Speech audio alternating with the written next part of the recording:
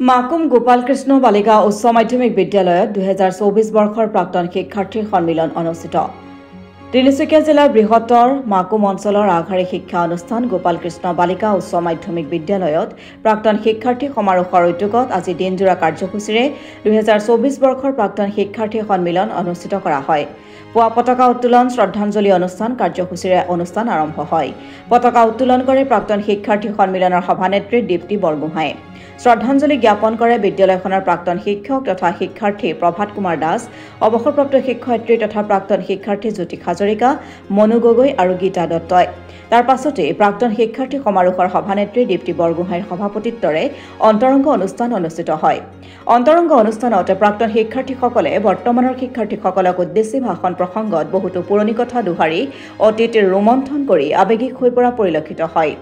প্ৰাক্তন শিক্ষাৰ্থীসকলৰ মাজত অন্তৰংগ অনুষ্ঠানত কবিতা আবৃত্তি, গীত মাত আদি অনুষ্ঠানৰ মাজতে বৰ্তমানৰ শিক্ষাৰ্থীসকলেও গীত, জেং বিহু, ঝুমুৰ আদিৰে অনুষ্ঠান জীপাল কৰি তোলে।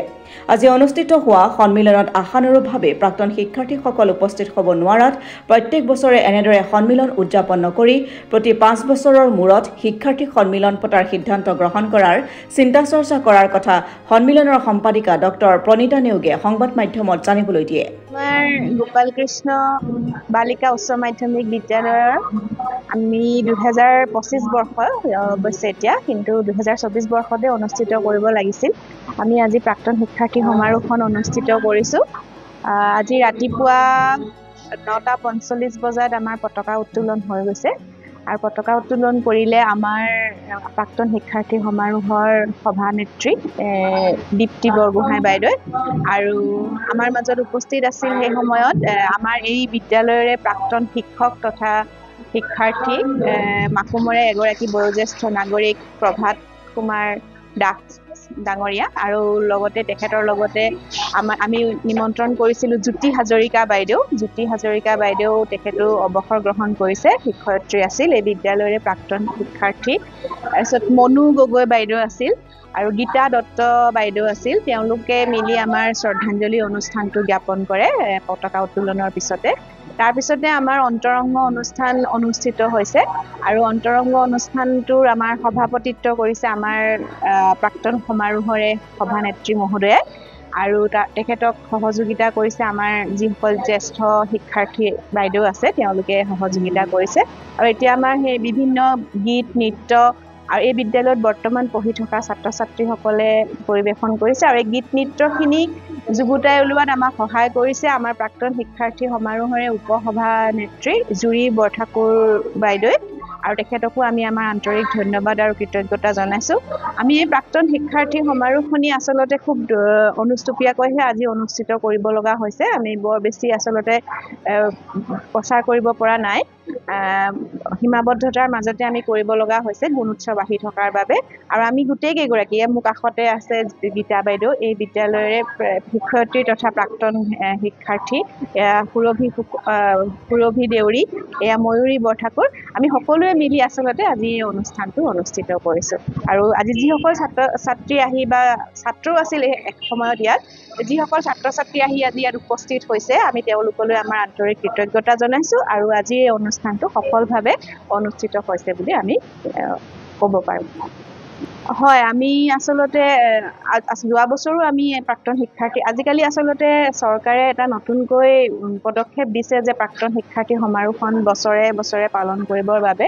আৰু আচলতে কি হয়, বছৰে বছৰে পালন কৰিলে ইয়াৰ যিটো মাদকতা, আচলতে প্ৰাক্তন শিক্ষাৰ্থীয়ে আহি যিটো মানে ধৰক নষ্টালজিয়াত ডুব যোৱা বা স্মৃতি ৰোমন্থন কৰাৰ যিটো মাদকতা, সেয়াও মানে সকলো সময়তে অনুভৱ নকৰিব।